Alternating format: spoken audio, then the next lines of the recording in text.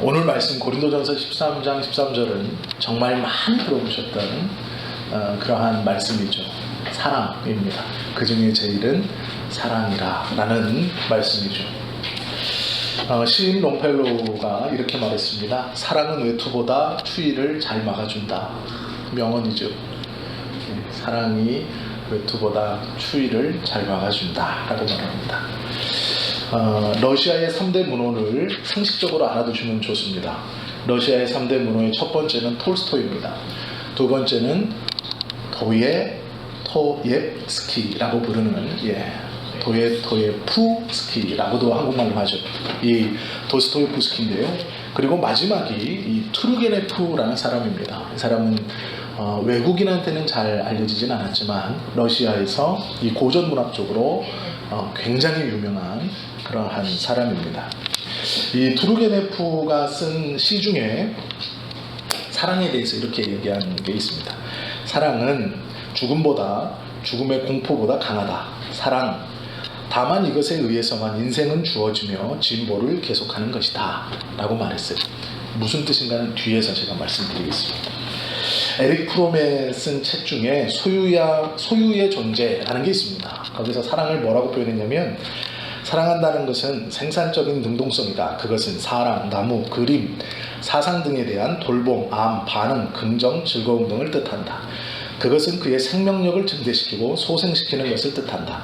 그것은 자기를 재생시키고 자기를 증대시키는 하나의 과정이다. 이게 무슨 얘기냐면, 제가 왜 이 말씀을 드리냐면, 세계적으로 유명한 작가들이 글을 쓰면서 한 번은 다 자신의 글의 주제로 붙들고 글을 썼던 주제가 사랑이라는 것이죠.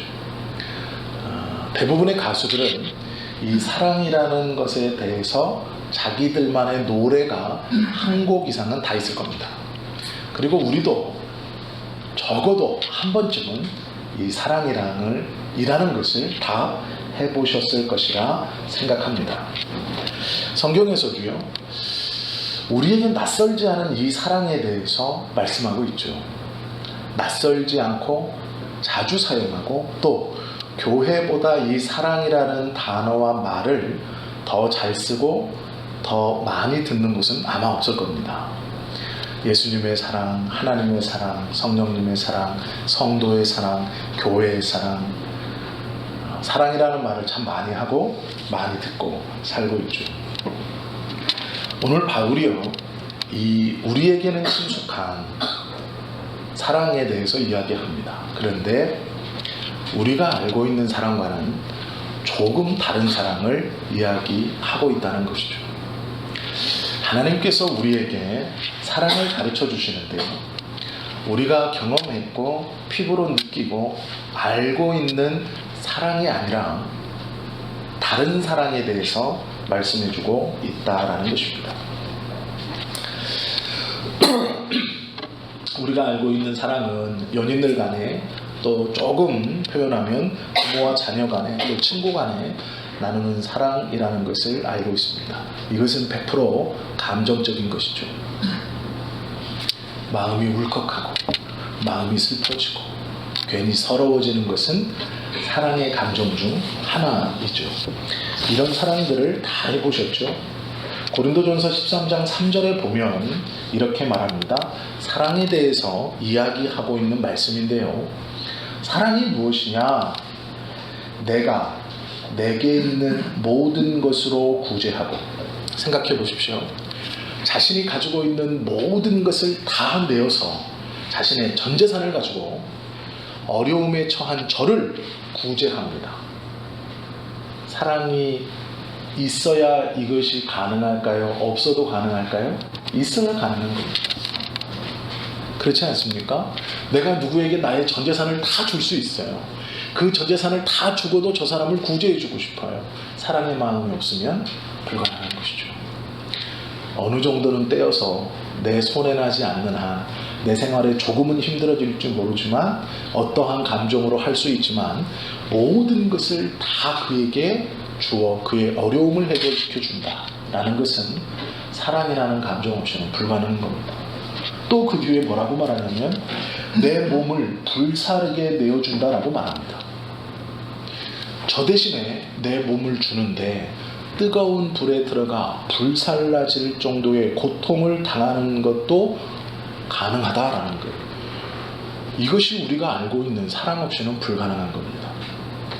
나의 모든 것을 다 아무것도 남김없이 다 다른 이에게, 다른 누군가에게 주어 그의 어려움과 환난을 벗어나게 하는 것. 나의 몸을 불구덩이에 던져서라도 그를 구해주는 것, 그를 지켜주는 것. 사랑 없이는 가능한 행동이 아니죠. 그런데 성경은요, 그 뒤에 붙는 말씀이 있습니다. 불사르게 내어줄지라도 사랑이 없으면 내게 아무 유익이 없느니라 말씀하고 있어요. 앞에 두 행동은 우리가 알기에 사랑입니다. 전 재산을 다 내어서 다른 일을 구제하는 것도 사랑의 마음이 없으면 될 수 없는 일이죠. 자신의 몸을, 물질이 아닌 자신의 하나뿐인 생명을 불 속에 들어가 타 죽는 그 고통을 느끼면서까지도 상대방을 지켜주고 보호하고 건져주는 것은 사랑이라고 불러야 되는 것이죠. 사랑의 마음이 없으면 일어날 수 없는 일이죠. 그런데 성경은요, 그렇게 행동할지라도 사랑이 없으면 유익이 없다 이렇게 말씀해요. 이게 깊이 묵상해야 될 본문입니다. 우리가 생각하기에 다 주는 것, 내 몸까지도 불살라 그를 구해주는 것은 사랑입니다. 그만한 사랑을 우리가 받아본 적도 없을 뿐더러 그만한 사랑을 아마 베푼 적도 없을 것입니다. 그런데 그렇게 사랑을 하고 있는데 그 사랑의 행위라고 생각하는 그 행동 속에 하나님이 뭐라고 그러시냐면 그 행동 속에 사랑이 없으면 유익이 없다 말씀하세요. 즉 우리가 생각하는 사랑과 하나님이 말씀하시는 사랑은 다르다라는 것을 좀 알게 되는 말씀이죠. 자연스럽게 생각하는 우리들이 생각하고 우리들이 할 수 있는 그 사랑의 최고의 표현, 나의 물질을 다 주고 그 물질이 부족하여 나의 몸을 희생해서까지라도 다 줄 수 있는 우리가 생각하는 최고의 사랑입니다. 그런데 그것을 행해도 사랑이 없으면 유익이 없다 말씀하신다는 것이죠. 우리가 알고 있는 사랑과 하나님이 우리에게 지금 말씀해 주시고자 하는 사랑이 다르다는 것입니다. 이것을 하나님이 구별시켜 놨어요. 우리가 생각하기에 이 행동이 사랑의 최고 부분인데 그것이 아니고 다른 사랑에 대해서 말씀합니다. 우리가 생각하는 사랑과는 또 다른 그것을 넘어서는 무엇인가 있다라고 말씀하시죠. 그것이 무엇인가 오늘 우리가 좀 함께 보려고 합니다. 4절 이하에서 바울은 7절까지 이렇게 말합니다. 사랑은 이라고 설명해요. 그럼 사랑이 뭐냐? 나의 모든 것을 다 주는 것, 내 몸을 불사를 정도로 내어주어 그를 구원시켜 주시는 것, 그를 구원해 주는 것, 내가 생각하기에 이것이 최고의 사랑인데 하나님의 말씀은 그렇지 않습니다. 사랑은 이렇게 말합니다.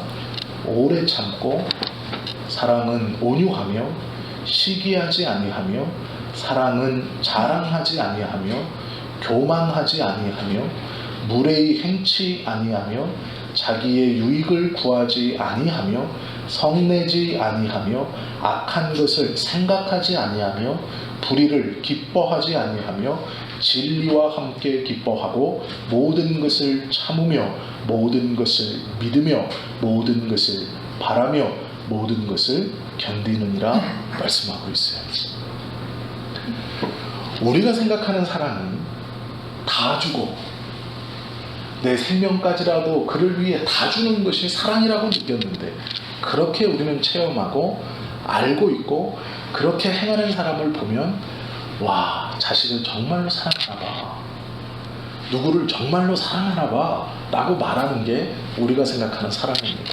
그런데 성경은요, 사랑에 대해서 15가지 동사로 표현합니다. 동사는 행동입니다. 15가지 행동으로 표현합니다. 오래 참다, 온유하다, 투기하지 않는다, 자랑하지 않는다, 교만하지 않는다, 무례하지 않는다, 자기의 유익을 구하지 않는다, 성내지 않는다, 악한 것을 생각지 않는다, 불의를 기뻐하지 않는다, 진리와 함께 기뻐한다, 모든 것을 참는다, 모든 것을 믿는다, 모든 것을 바란다, 모든 것을 견딘다. 이것이 사랑이라고 이야기합니다. 쉬운 말로 하나님께서 우리에게 사랑이라고 가르쳐 주시는 것은 변화된 인격의 삶의 모습입니다. 무엇이냐면 감정대로 판단되어지고 행동하는 것이 아니라 철저하게 이성적으로 행동하고 판단하는 것이죠. 이것이 하나님이 사랑이라고 말씀하시는 겁니다. 우리가 경험적으로 알고 있는 사랑과 지금 하나님이 말씀하시는 사랑은 조금 다릅니다. 하나님이 말씀하시는 사랑은 반복하여 습관으로 몸에 익혀 삶의 자세로 나아오는 것을 사랑이라고 말합니다. 자, 여자친구의 뺨을 세게 탁 때리는 드라마가 있다고 생각해 보십시다. 예입니다. 심각하게 들으시면 안 돼요. 예예요. 자, 남자 주인공이 여자 주인공의 뺨을 탁 때립니다. 그러면서 말합니다. 사랑해! 그거 어떻게 받아들이겠어요? 그죠? 이 여자친구의 뺨을 탁 때리면서 사랑해! 이렇게 말합니다. 그러면 그 사랑을 어떻게 받아들이셔야 되겠습니까? 남자는 지금 정말로 감정에 격해서 이 여자가 잘못되는 것을 견딜 수 없고 볼 수 없어서 9시 땡 하면 집에 들어왔어야 되는데 지금 10시가 됐어요. 집에 들어오니까 내가 너가 걱정돼가지고 1시간 동안 안절부절 못했어. 팍! 사랑해! 사랑해서 때리는 거야. 말이 될까요? 아니라는 거예요. 이게 뭐냐면 사랑이라는 것은 내가 느끼는 내 감정, 내 중심의 표출이 아니다라는 겁니다. 사랑이라고 말한다 그래서 아니라는 거예요. 사랑이라는 건 상대방과 나와의 우리말로 쉬운 말로 하면 매너입니다. 존중하는 거예요. 참는 겁니다. 견디는 겁니다. 그것이 사랑이라고 얘기하는 거예요. 성내지 않는 겁니다. 반복되어서 습관으로 굳어진 바른 삶의 행실을 하나님은 사랑이라고 말하는 거예요. 저분은 참 사랑이 많아. 우리가 생각하는 사랑이 많아는 잘 퍼주고 잘 들어주고 이거 좋은 게 좋은 겁니다. 그러면 참 사랑이 많아 라고 말할 수 있지만 성경은 그렇게 말씀하지 않아요. 사랑은 행동으로 나타나는 서로 간의 배려이며 매너라고 말씀하고 있죠. 사랑은 한두 번 또는 우연히 일시적으로 나타나는 삶의 모습이 아니라 우리 몸에 자연스럽게 체득되어진 우리의 인격입니다. 그것이 사랑입니다. 내가 걱정돼가지고 1시간 동안 안절부절 못했어. 어디 갔다 왔어? 내가 왜 욱박지르고 화내는 줄 알아? 사랑하기 때문이야. 사랑이 아니라는 거예요. 그를 이해해주고 용납하고 매너를 지키는 그 행동이 사랑의 행동입니다. 쉽게 성내지 않고 쉽게 분내지 않고 쉽게 자신의 어떠한 감정을 컨트롤하지 못하여 상대방을 무시하지 않는 것. 그것이 하나님이 사랑이라고 말합니다. 만약에 하나님이 감정적으로 우리를 사랑하셨다면 지금 우리는 다 죽었을 겁니다. 아무도 살아있지 못해요.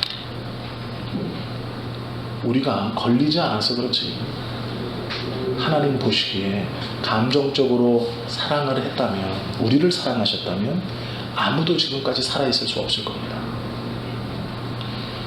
하나님께서 감정을 가지고 우리를 대하셨다면 다 아마 벌써 멸망했을 겁니다. 하나님께서 보여주시는 사랑도 존중이고 오래 참음이고 기다림이고 매너입니다. 우리가 느끼는 감정적 사랑만이 아니에요. 그것을 물론 포함하고 있지만 인격의 변화로서 드러나는 모양을 하나님은 사랑이라고 말하고 있다는 것이죠. 갈라디아서에 보면 5장 22절부터 23절에 보면 성령의 열매가 있습니다. 성령이 임한 자, 즉 변화된 성도, 성화된 성도의 삶에 나타나는 열매가 있는데 사랑과 희락과 화평과 오래 참음과 자비와 양성과 충성과 온유와 절제다라고 말합니다. 사랑이 무엇인가와 동일한 말입니다. 성령의 충만은 사랑과 동일한 뜻으로 쓰이기도 합니다. 그런데 성령의 충만도 한마디로 말하면 상대방과의 매너입니다. 예의예요. 오랜 반복된 기간을 통해서 몸에 밴 습관입니다. 사랑, 희락, 화평, 오래 참음, 자비, 양선, 충성, 온유, 절제, 이것은 혼자 하는 게 아니라 상대방하고 있는 겁니다. 나 혼자서 사랑하는 게 아니고, 나 혼자서 화평하는 게 아니고, 나 혼자서 오래 참는 게 아니고, 나 혼자서 자비한 게 아니고, 나 혼자서 양성과 충성과 온유와 절제하는 게 아니라 상대방이 있어야 하는 겁니다. 상대방을 놓고 절제하고 온유하고 화평하고 희락하고 양선하고 충성하고 사랑하는 것입니다. 이것을 먼저는 하나님과 하는 것이 맞고, 두 번째는 내가 사랑한다라고 느끼는 우리의 주변의 사람들과 이 상대방에 대한 배려를 하는 것이 사랑이다라는 거예요.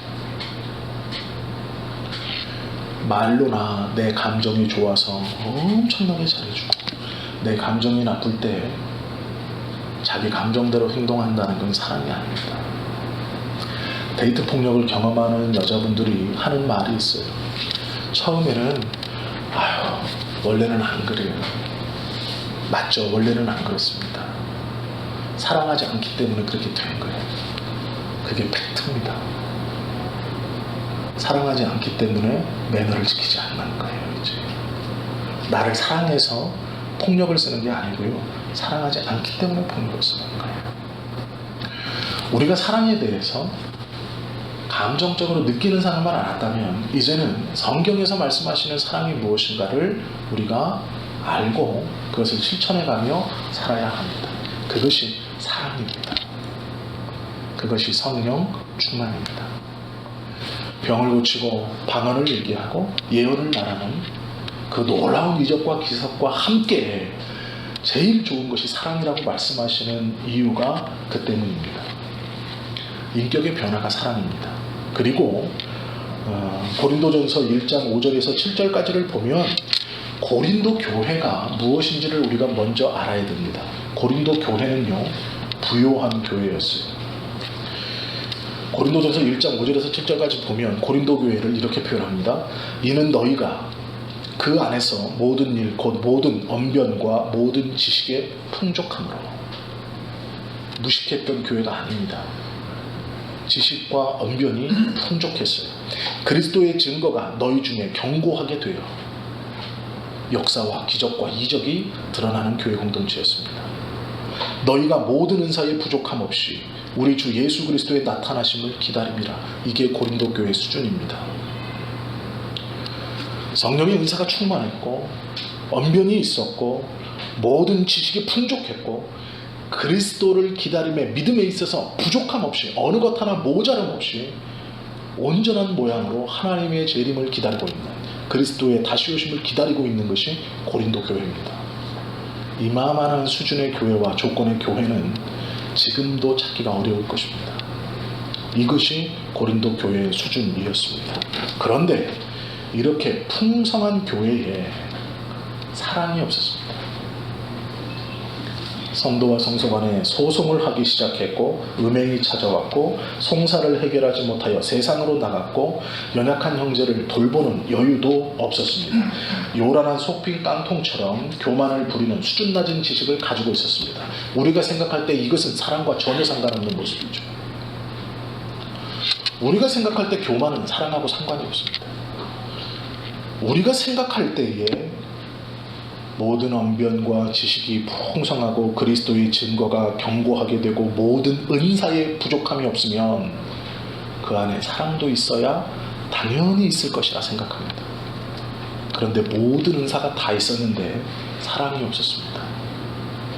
즉, 신분이 높은 귀족은 가난한 노예와 종들에 대한 배려심이 없었기 때문에 없다라고 말씀하시는 것이고, 외형적으로 좋은 건물과 똑똑한 사람들과 재정도 많았고 여러 기적과 이사가 많았은 교회에도 불구하고 사랑이 없기 때문에 서로를 배려하고 서로를 위해주고 이해하는 친절함이 없었기에 부족하다라고 말하고 책망받고 있는 것이죠. 그리스도의 오심을 아무런 부족함 없이 기다리고 있는 고린도 교회가 책망을 받고 사랑이 없다라는 꾸중을 듣는 이유는 겉으로 보기에는 완벽했지만 그 안에 서로에 대한 배려가 없었습니다. 우리는 이 배려를 사랑이라고 생각하지 않습니다. 그런데 하나님은 그 배려 없음을 사랑이 없다라고 말씀합니다. 우리가 생각하는 사랑과는 조금은 다른 사랑을 말씀해 주고 있습니다. 고린도전서 13장 1절에서 3절에 보면 이렇게 말합니다. 하나님의 뜻을 따라 그리스도 예수의 사도로 부르심을 받은 바울과 형제 소스데네는 고린도에 있는 하나님의 교회, 뭐라고 표현하냐면 그리스도 예수 안에서 거룩하여지고 성도라 부르심을 받은 자들과 또 각 처에서 우리 주 곧 그들과 우리의 주 되신 예수 그리스도의 이름을 부르는 모든 자들에게 하나님 우리 아버지와 주 예수 그리스도로부터 은혜와 평강이 있기를 원하노라 말씀하고 있습니다. 고린도 교회를 축복하면서 바울이 이 축복의 말씀을 전하고 있죠. 그리고 너희는 받기에 합당하다라는 것이죠. 왜 바울이, 하나님께서 바울을 통하여 고린도 교회에 이 사랑을 13장에 말씀하시냐면 너희는 다 가졌다, 다 있다, 완벽하다, 그러나 사랑이 없다라고 말씀합니다. 서로가 서로를 배려함이 없다는 것이죠. 그것은 사랑이 없다라고 말합니다. 이 사랑이 왜 중요하냐? 하나님의 모든 은사를 완벽하게 하는 것이 사랑이기 때문에 그렇습니다. 겉으로 보여진 모든 것을 가진 교회, 밖에서 안을 쳐다보면 흠잡을 곳 하나 없는 교회. 그런데 정작 그 안에서는 서로가 서로를 송사하고 서로가 서로를 헐뜯고 분당과 파당을 지었고 이적과 기적과 신령한 성령의 은사들이 넘치는 모습에 반하여 교만함이 드러나고 서로를 무시하고 있었던 그 은사 넘치는 교회에 사랑이 더해진다면 그 겉으로 보기 좋은 고린도 교회가 안으로도 보기 좋은 교회가 된다는 것이죠. 즉, 이 사랑이 왜 중요하냐? 고린도 교회 성도들에게 하나님이 왜 이 사랑에 대해서 이야기해 주시느냐?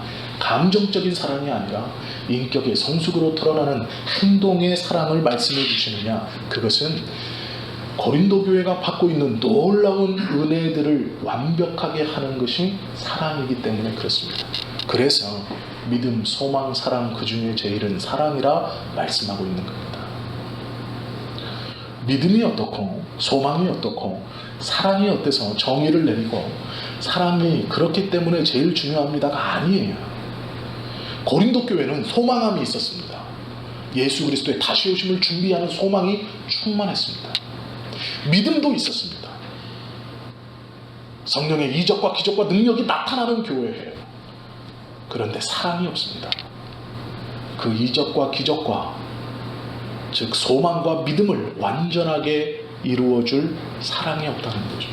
서로를 배려함과 서로를 이해함과 오래 참음과 품어줌이 없었기 때문에 책망받고 그 교회를 향하여 믿음, 소망, 사랑, 그 중에 제일은 사랑이다라고 말씀해 주시는 것이 성경의 말씀입니다.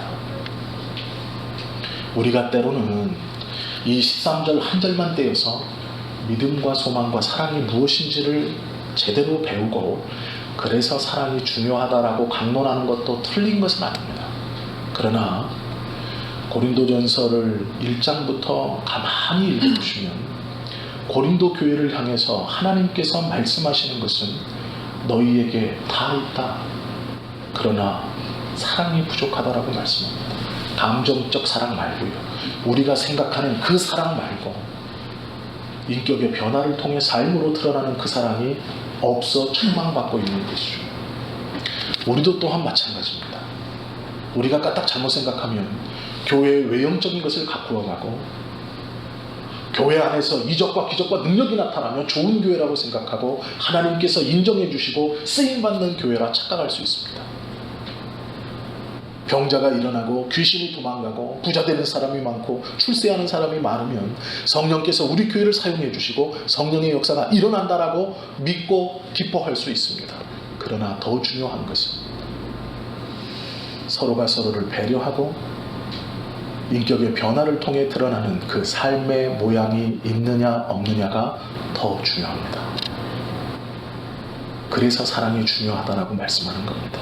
감정적 사랑 말고요. 오래 참고 품어주고 절제하고 화평케 하는 그 사랑이 중요하다고 말씀하고 있다라는 것이죠. 여러 은사와 이적은 하나님 앞에 하나도 중요하지 않습니다. 예수님께서 마태복음 7장 21절부터 보시면 주의 이름으로 귀신도 쫓아내고 병자도 고칩니다. 우리가 사모하는, 우리 교회에서 일어났으면 하는 놀라운 이적과 기적이죠. 눈에 보이는 성령의 활동이죠. 성령의 충만함이죠. 눈앞에서 그것을 본다면 감동할 것이고 감격할 겁니다. 하나님이 우리 교회를 사용하시는 것이고 성령께서 강권적으로 역사하시는구나 우리가 말할 수 있을 겁니다. 그리고 자랑스러워할 것이고 큰 은혜를 받을 겁니다. 그런데 예수님께서 내가 주의 이름으로 병을 고치고 귀신을 쫓아내고 길에서 주님께 직접 복음을 배우지 않았습니까? 라고 말했던 그들을 내가 너희를 도무지 알지 못한다. 불법을 행하는 자들아 나에게서 떠나가라 말씀합니다. 왜요? 사랑이 없었기 때문입니다. 인격의 변화로 자신의 몸에 습득된 서로에 대한 배려가 없기 때문에 쳐내신 것이죠. 그것이 불법이라는 겁니다. 이적과 기적이 있다고 하나님이 사용하시는 공동체가 아니고 주님께 쓰임받는 사람이 아닙니다. 그 마음에 상대방을 향한 배려가 없다면, 오래 참음이 없다면, 양선이 없다면, 화평이 없다면 그것은 주님 앞에 거절당할 수밖에 없는 버림받은 사람일지 모릅니다. 고린도전서 12장에 은사에 대해서 설명한 뒤에 12장 31절에 이렇게 말합니다. 너희는 더욱 큰 은사를 사모하라. 내가 또한 제일 좋은 길을 너희에게 보이시리라. 이렇게 마칩니다. 12장까지 놀라운 은사들을 막 설명해줘요. 이런 은사, 저런 은사, 우리가 원하는 은사입니다.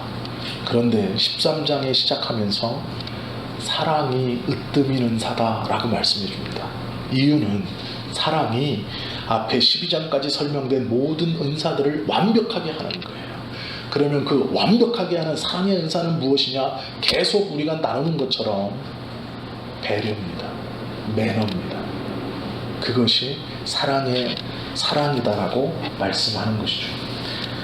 하나님이 우리에게 가르쳐 주시는 제일 좋은 길이 사랑이다라는 것이죠. 그리고 놀랍게도요, 13장에서 이렇게 설명하고 14장을 보면 사랑을 따라 구하라, 신령한 것을 사모하되 특별히 예언하려고 하라 라고 말합니다. 사랑을 따라 구하라 라고 말해요. 구하는데, 하나님 앞에 기도하는데 무엇을 따르냐면 사랑을 따라 구하라 라는 것이죠. 사랑이 뭔데요? 오래 참음입니다. 시기하지 않음입니다. 사랑이 뭔데요? 뭘 구해야 되는데요? 여기서 보면 다 나와요.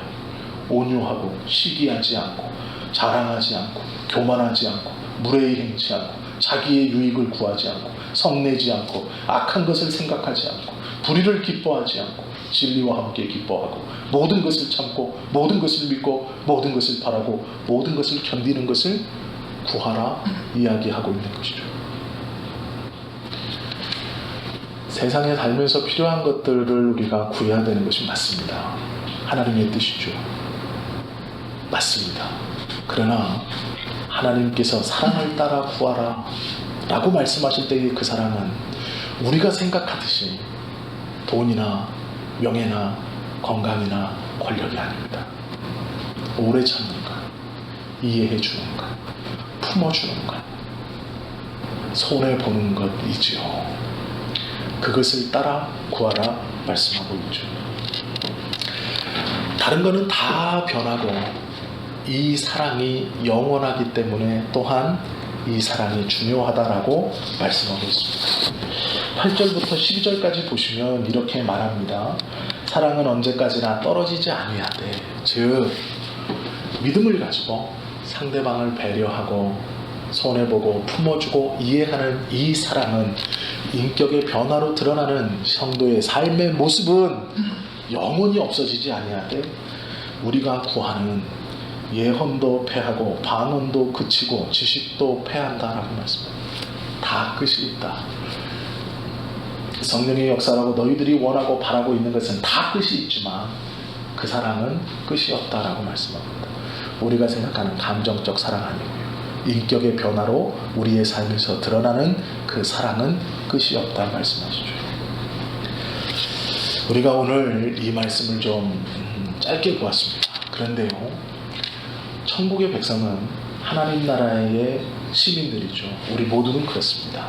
그렇다면 옛것을 쫓아가려고 하는 과거의 구습을 거절하고, 과거의 구습은 뭔가요? 수군거림, 당짓는 것, 파당하는 것, 분노하는 것, 손가락질하는 것입니다. 형제를 욕하는 것입니다. 자기와 다르다 하여 거절하는 것입니다. 화내는 것이고 분내는 것이고 자기의 감정대로 행동하는 것입니다. 그것은 자유가 아니고 하나님께서 원치 않는 것입니다. 하나님께서 말씀하시는 것은 예언도 방언도 지식도 패하고 그치지만 이 사랑은 영원할 거라고 말합니다.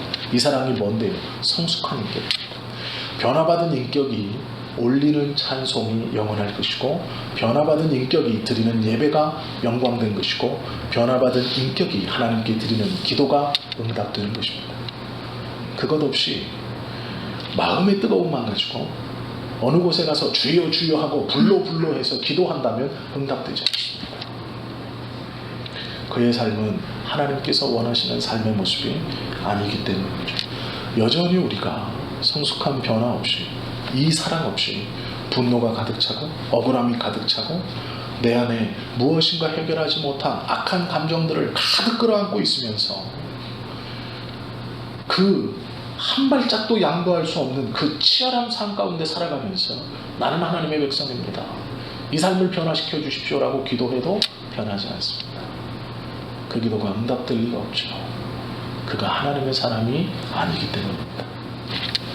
감정적인 사랑이 아닌 몸에 밴 인격의 성숙함으로 나타나는 사랑이 중요하다 말씀하시는 것이죠. 우리에게 이 사랑이 있어야 됩니다. 오래 참고 온유하고 투기하지 않고 자랑과 교만 대신에 겸손한 모습이 우리 안에 있어야 하죠.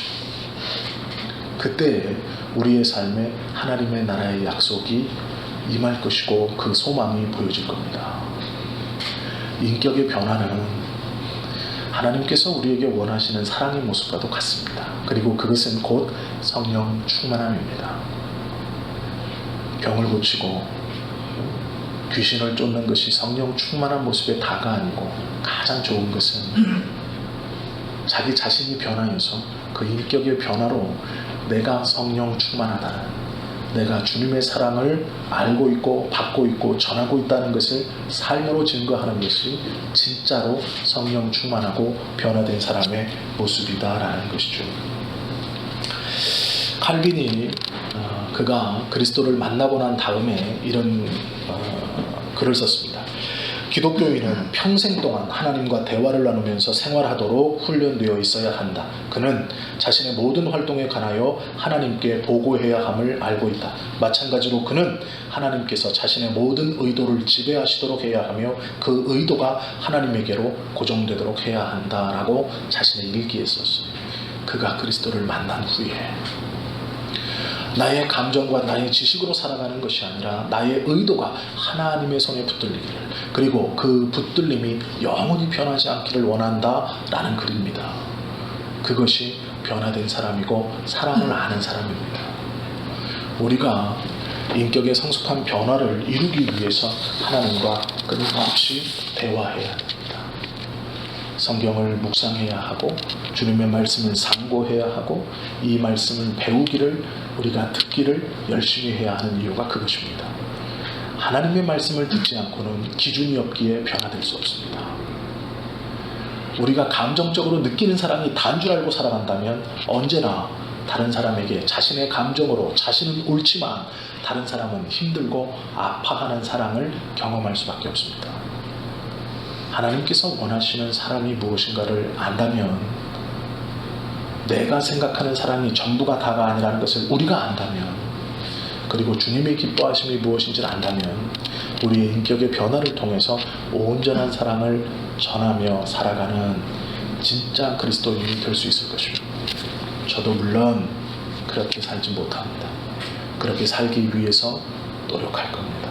우리 성도님들도 우리 함께 주의 말씀을 강론하고 들었으니 우리 모두 함께 노력하시면서 기도하시면서 그 하나님의 성숙한 인격으로 나아갈 수 있고 변화될 수 있기를 함께 노력하며, 결국에는 우리 예수님 앞에 섰을 때 우리의 인격이 결국에는 다 변화되어 하나님의 기쁨이 되실 수 있는 저와 여러분 모두가 되시기를 예수님의 이름으로 축원합니다.